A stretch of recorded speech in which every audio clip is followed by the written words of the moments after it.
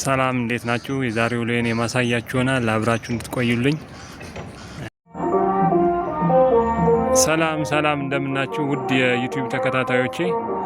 ባለፈው ሳምንት ያው የ666 አማኞች ወይም ደግሞ የ9 አምልኮ ተከታዮች እኔን እየመጡ እያስቸገሩኝ እንደነበረ ገልጬላችሁ ነበረ።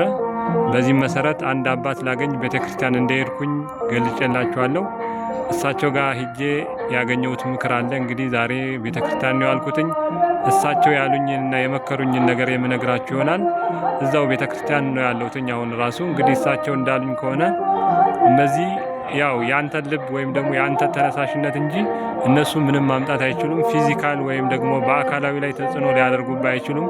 ያንተ ፍላጎት ወይም ደግሞ ያንተ ተነሳሽነት ካልሆነ ምንም የሚያመጡት ለውጥ እንደሌለ ቤተክርስቲያን ላይ ክትትል ባለማድረግህ እንደዚህ አይነት ፈተናዎች ሊፈትኑ ይችላሉ፣ ሊመጡ ይችላሉ በማለት ገልጸውልኛል። በዚህ መሰረት እኔ ቤተክርስቲያን በመሄድ ጸበል እንድጠመቅ እንዲሁም ጸሎት እንዳደርግ እየገለጹልኝ ነው።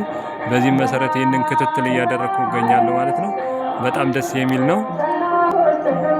ጥሩ የሆነ ምክር አግኝቼ ከሳቸው በዚህ መሰረት ቤተክርስቲያን እየሄድኩኝ እንዲሁም ጸሎት እያደረግኩኝ ከእንደዚህ አይነት ፈተና ራስን ማዳን ትችላለህ እንጂ እነሱ ምንም ቢሆን በቃ ሁልጊዜም ጠላት ስለሆኑ አንተን መፈተናቸው አይቀርም። ስለዚህ ቤተክርስቲያን በመምጣት ጸበል እየተጠመቅ ነገሮችን ማስተካከል አለብህ። በየቀኑ ቤተክርስቲያን መምጣት አለብህ።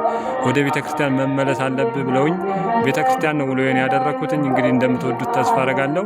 እናንተም እኔ ካገኘሁት በረከት እንድታገኙ እመኝላችኋለሁ። ሰላም ሁኑልኝ። ላይክ እና ሰብስክራይብ ማድረጋችሁን አትርሱ። ሰላም ሁኑ።